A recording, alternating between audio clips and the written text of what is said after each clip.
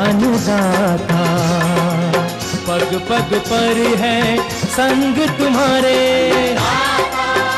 अन्नदाता। लहू किसानों का बन के पसीना सींचता है धरती का सीना।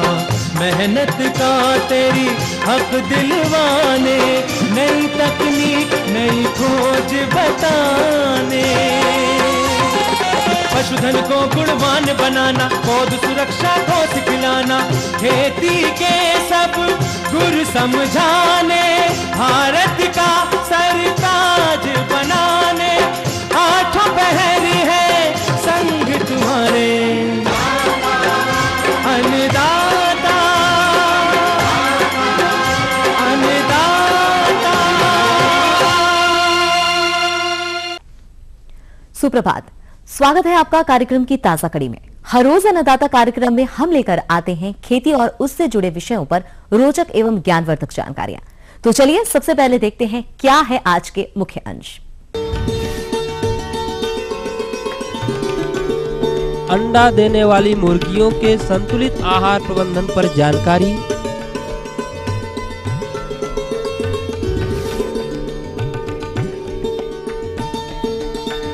नींबू उद्यान में सामयिक प्रबंधन कार्य।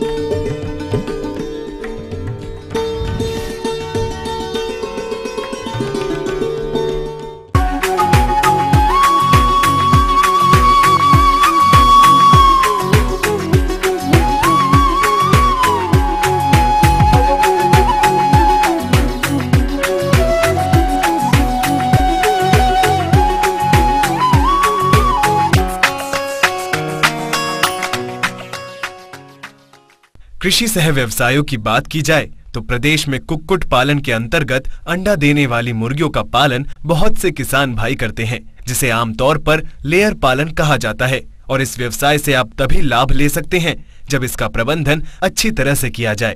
इनके प्रबंधन की बात करें तो उसमें आहार प्रबंधन भी एक प्रमुख घटक है। विभिन्न अवस्थाओं पर आहार की संतुलित मात्रा को सही समय एवं सही तरीके से नहीं दे पाते हैं, जिससे उनकी मुर्गियां अधिक आहार एवं खर्च के उपरांत भी अधिक दिनों में कम एवं निम्न गुणवत्ता युक्त अंडे देती है, जिस कारण लेयर फार्म से प्रति मुर्गी कम लाभ की प्राप्ति होती है।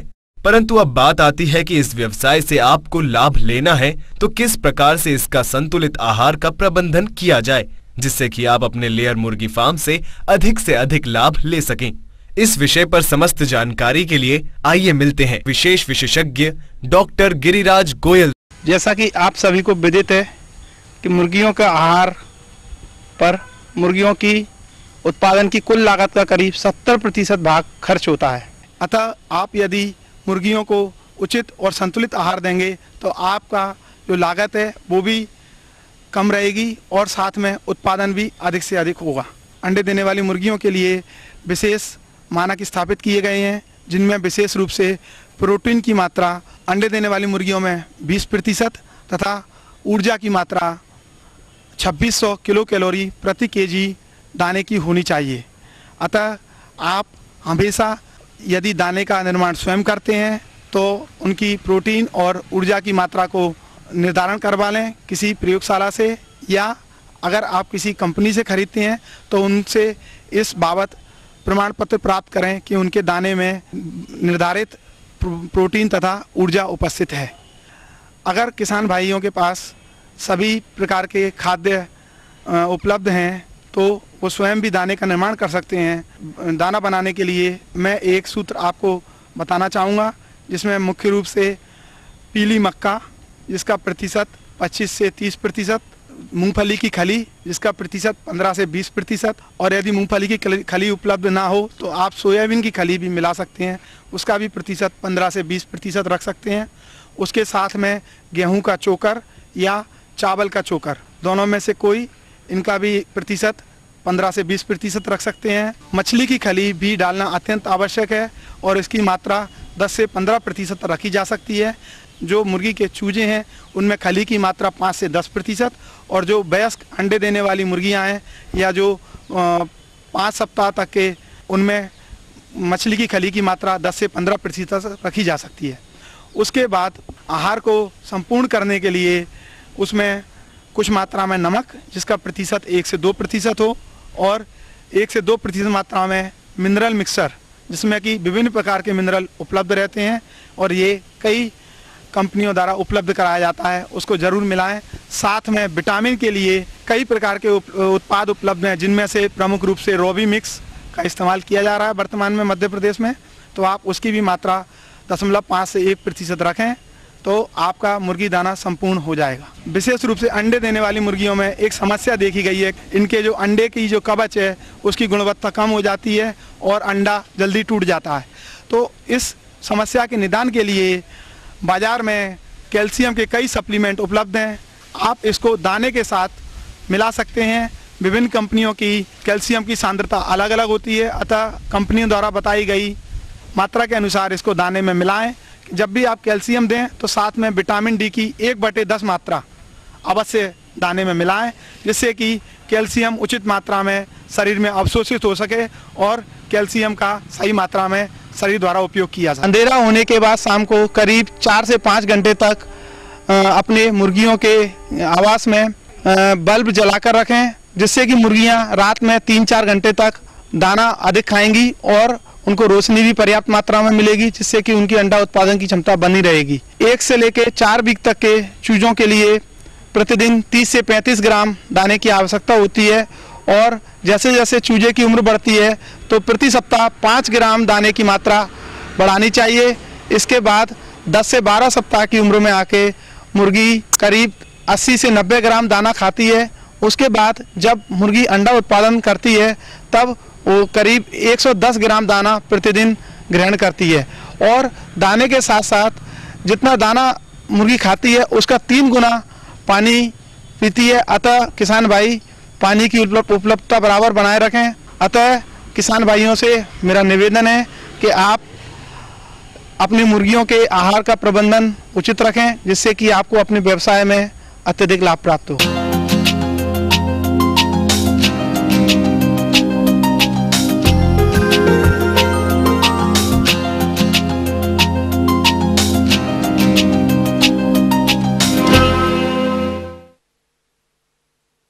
फलों में नींबू का महत्वपूर्ण स्थान है, जिसकी मांग बाजार में वर्ष भर बनी रहती है।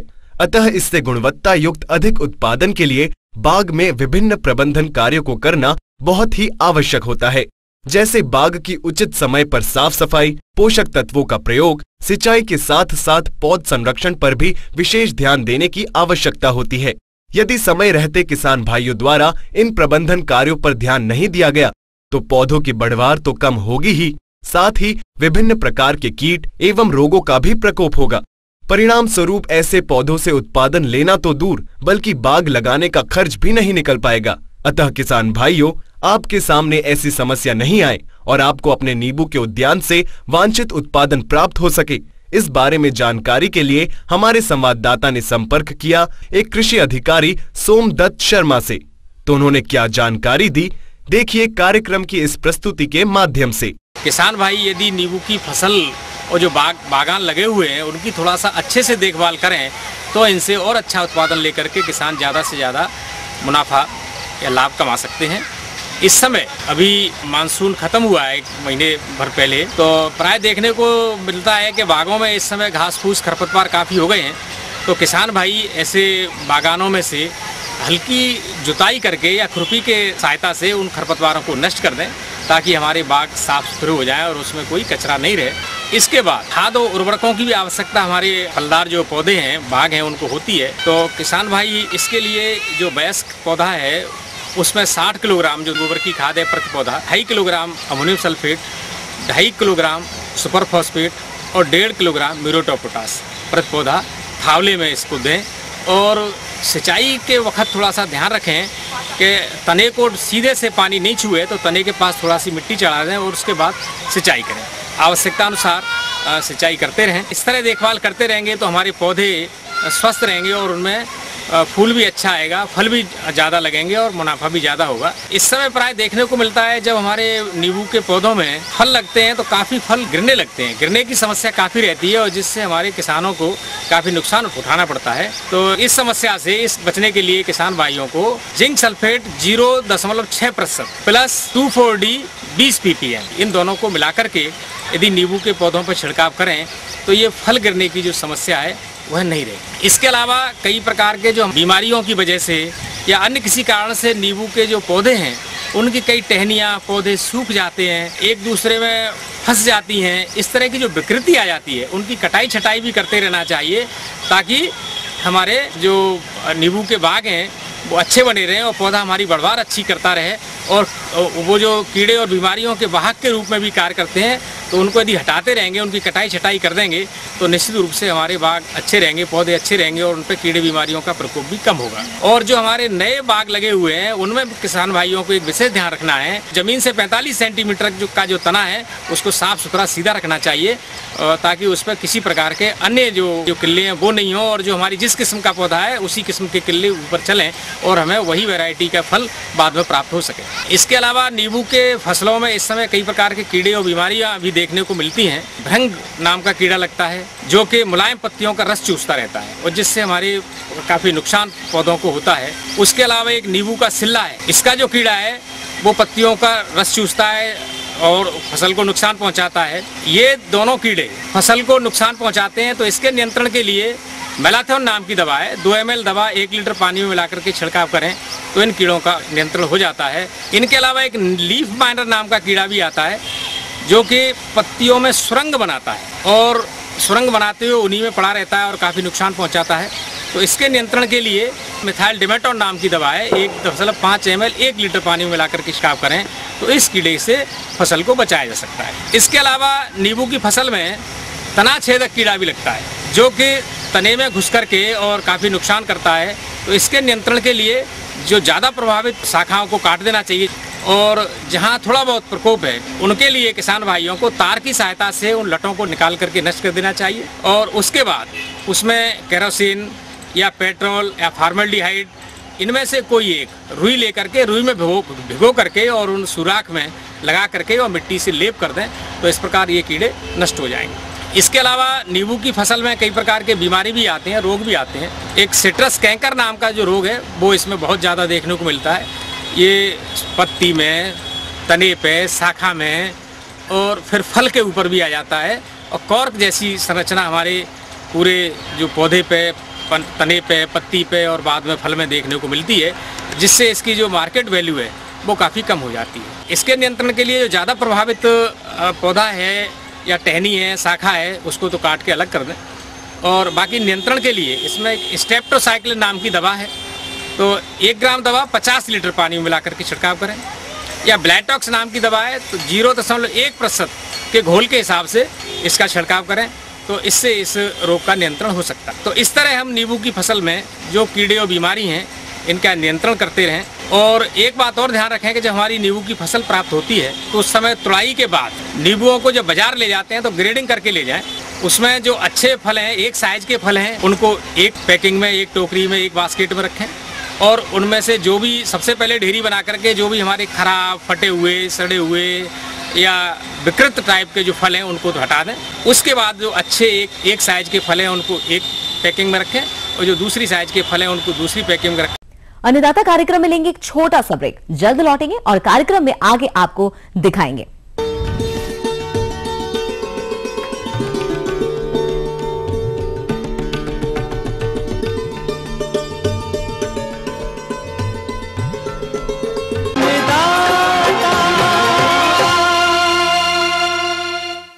रात 9 बजे सबकी नजर टिकी होती है न्यूज एट 9 PM पर, दिन भर की खबरों का अपडेट।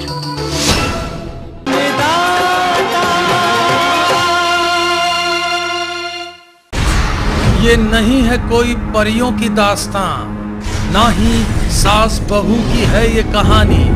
ये दास्तां है सच्ची वारदातों की, दिल दहला देने वाले अपराधों की। करेंगे हम पर्दाफाश ऐसे वाकयात का, दास्ताने जुर्म।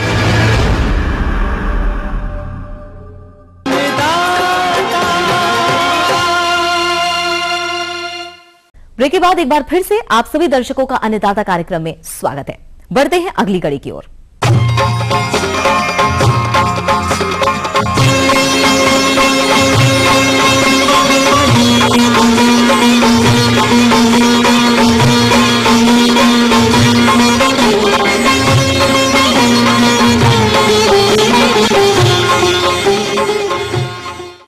हमारा देश कृषि प्रधान देश है, जिसमें कृषि के साथ पशुपालन व्यवसाय भी प्रमुख स्थान रखता है। क्योंकि इस समय मौसम में परिवर्तन हो रहा है, ऐसे में दुधारू पशुओं की ठीक प्रकार से देखरेख व प्रबंधन करना होगा, अन्यथा पशु विभिन्न प्रकार के रोगों की चपेट में आ सकते हैं। यदि इन रोगों में MFD की बात करें तो ये रोग इस समय पशुओं में अधिक दिखाई देता है।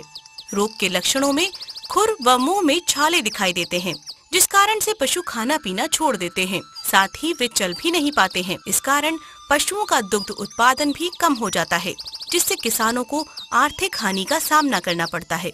अतः पशुपालक भाइयों, खुरपका व मुंहपका रोग के लक्षण व निदान उपायों पर जानकारी के लिए हमारे संवाददाता ने संपर्क किया RAU पूसा के एक डॉक्टर विजय कुमार से। इस मौसम में पशुओं को होने वाले मुख्य संक्रामक बीमारियों में FMD खुरहा मुंहपका या खुरपका मुंहपका रोग सबसे महत्वपूर्ण है।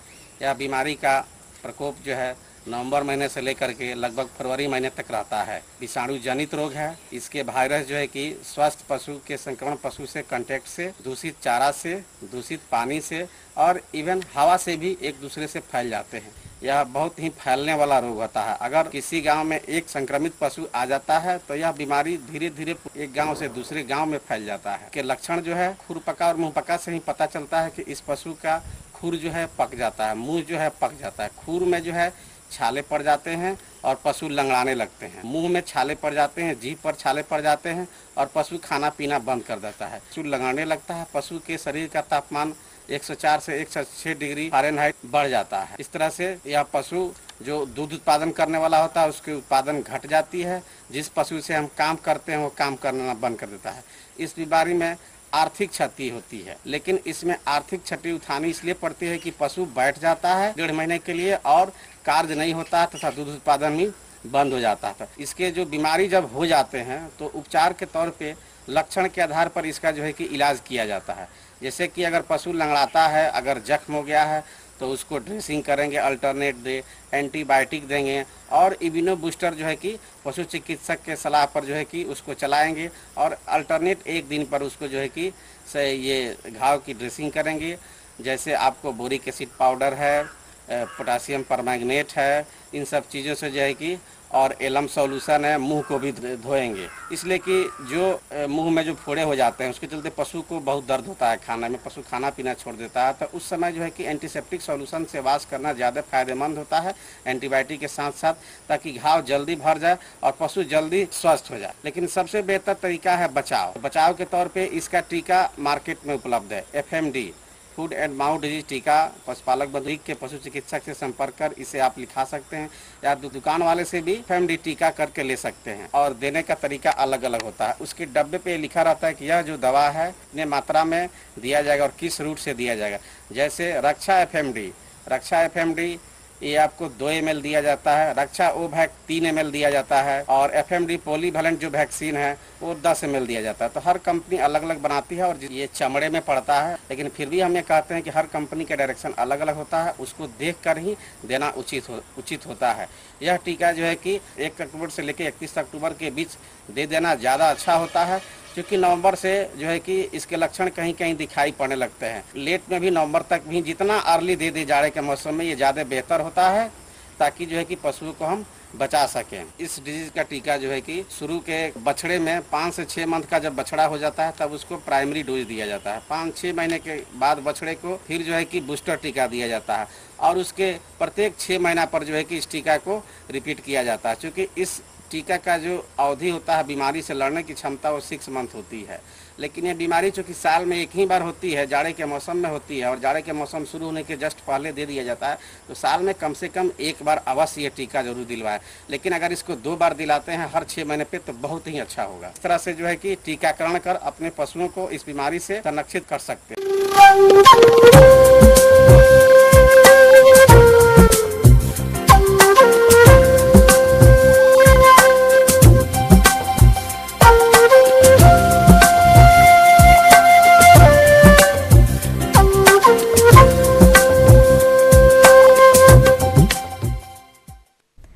हम आपके लिए लेकर आए हैं इस सप्ताह का मौसम का मिजाज तथा इस मौसम के अनुसार खेती बाड़ी में अपनाए जाने वाले प्रबंधन कार्य।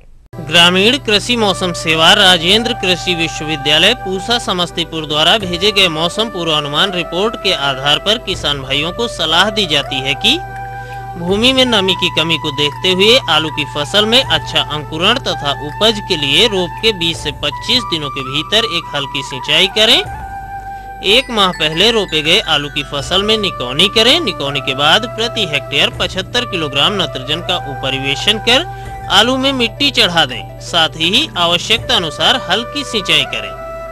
रबी मक्का की बुआई 30 नवंबर तक संपन्न कर लें, अन्यथा उपज प्रभावित होगी। बीज की बुआई से पहले कैप्टॉन या थीरम नामक दवा के 2.5 ग्राम मात्रा प्रति किलोग्राम बीज की दर से उपचारित कर बुआई करें। अगात बोए गए मक्का में निकौनी कर खरपतवार निकालें। पिछात धान की कटाई कर जल्द से जल्द गेहूं की बुआई करें। समय से बुआई हेतु PBW 343, HD 2733, HD 2824, K 9107, HUW 206 किस्में अनुशंसित है। बीज को बुआई से पहले 2.5 ग्राम बाविस्टीन प्रति किलोग्राम बीज की दर से उपचारित करें। बुआई के समय 60 किलोग्राम नत्रजन, 60 किलोग्राम फास्फोरस एवं 40 किलोग्राम पोटाश प्रति हेक्टेयर व्यवहार करें। बुआई के लिए प्रति हेक्टेयर 100 किलोग्राम बीज का व्यवहार करें। चना की बुआई 10 दिसंबर तक संपन्न कर लें, अन्यथा उपज प्रभावित होगी। चना के लिए उन्नत किस्म पूसा 256, KPG 59 अर्थात उदय, KWR 108, पूसा 372 अनुशंसित है। बुआई से पूर्व बीज को उपचारित करें। बीज की दर प्रति हेक्टेयर 75 से 80 किलोग्राम रखें। बोरो धान के लिए बीज नर्सरी स्थली का चयन नीची जमीन जहां पानी का टिकाव होता है वहीं पर करें। नर्सरी के लिए चयनित जमीन की मिट्टी भारी होनी चाहिए। बोरो धान की बुआई के लिए किस्में जैसे गौतम, राजेंद्र भगवती, RAU 3055 आदि इस क्षेत्र के लिए अनुशंसित है। बैंगन की फसल में तनाछेदक कीड़े लग रहे हैं। नियंत्रण के लिए क्यूनॉल फास 1.5 मिलीलीटर प्रति लीटर पानी में घोलकर छिड़काव करें। ग्रामीण कृषि मौसम सेवा बिरसा कृषि विश्वविद्यालय द्वारा भेजे गए मौसम पूर्वानुमान रिपोर्ट के आधार पर किसान भाइयों को सलाह दी जाती है कि जो किसान भाई नवंबर माह के प्रथम सप्ताह में गेहूं की बुआई कर चुके हैं वह फसल लगभग 20 से 25 दिनों की हो रही है। अतः खेत में निकाय गुड़ाई कर सिंचाई करें। सिंचाई के एक दिन बाद खेत में पैर रखने लायक हो जाए तब यूरिया का बुरकाव 22 किलोग्राम प्रति एकड़ की दर से करें। गेहूं की फसल में खरपतवार नियंत्रण हेतु बुआई के 25 से 30 दिनों बाद खरपतवार नाशी दवा आइसोप्रोट्यूरान 0.3 किलोग्राम सक्रिय तत्व एवं 2,4-D 0.2 किलोग्राम सक्रिय तत्व को 250 लीटर पानी में घोल बनाकर प्रति एकड़ की दर से छिड़काव करें। जो किसान भाई इस समय गेहूं की बुआई करना चाहते हैं तथा सिंचाई के समुचित साधन उपलब्ध हैं, वे गेहूं की उन्नत किस्में NW 1014, राज 3765, HW 2045 में से किसी किस्म की बुआई करें। जिन किसान भाइयों के पास सिंचाई की समुचित सुविधा नहीं है वे कम पानी की जरूरत वाली फसल के रूप में जौ की खेती करें तथा इस क्षेत्र के लिए अनुशंसित किस्म ज्योति, रत्ना, DL 36, BR 32 अथवा BR 31 के 125 की बुआई करें। एक एकड़ में खेती करने के लिए 40 किलोग्राम बीज की आवश्यकता होती है। जो किसान भाई तीसी की खेती करना चाहते हैं वे खेत की तैयारी कर इसकी बुआई का कार्य करें।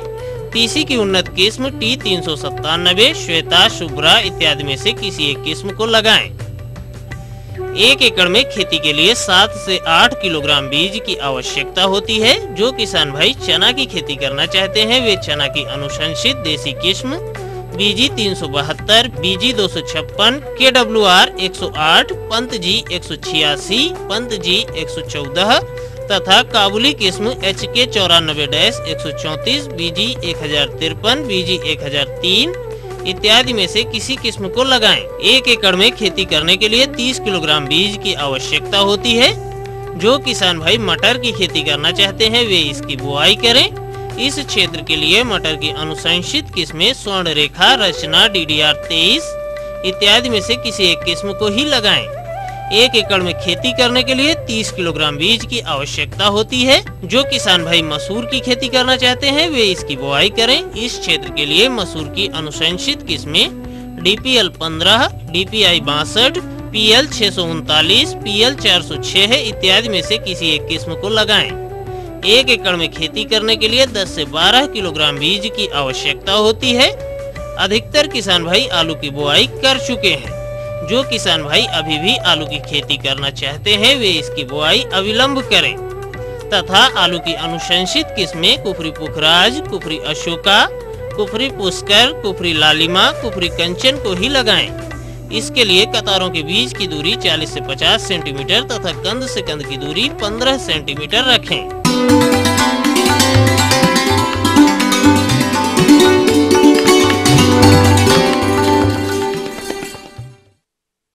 अन्नदाता हेल्पलाइन निशुल्क फोन संपर्क सेवा के माध्यम से पूछे गए प्रश्नों में से चयनित प्रश्न और उसका जवाब इस प्रकार है। ग्राम कुमारीपुर, जिला कटिहार के कृषक शेखर पांडे, आप अन्नदाता निशुल्क फोन संपर्क सेवा के माध्यम से गेहूं की उन्नत प्रभेद एवं बुआई विधि के बारे में जानकारी चाहिए। तो शेखर पांडे जी, आपकी जानकारी के लिए प्रस्तुत है कार्यक्रम का यह अंश। इसके लिए जो अनुशंसित किस्में हैं वो हैं HP 1637 जो सोनाली नाम से भी जानी जाती है बाजार में, और HP 1744 राजेश्वरी गेहूं, HP 1744 राजेश्वरी, HP 1637 सोनाली। इसके बाद HD 2643 गंगा वैरायटी है, गंगा नाम से जानी जाती है। PBW 773 है, PBW 502 भी है, और ऐसे और भी अनेक वैरायटी हैं जिसमें DBW 14 है, PBW 17 है। इन वैरायटियों को हमारे किसान बंधु इसमें से जो उनको उपलब्ध हो उनका चयनित करें।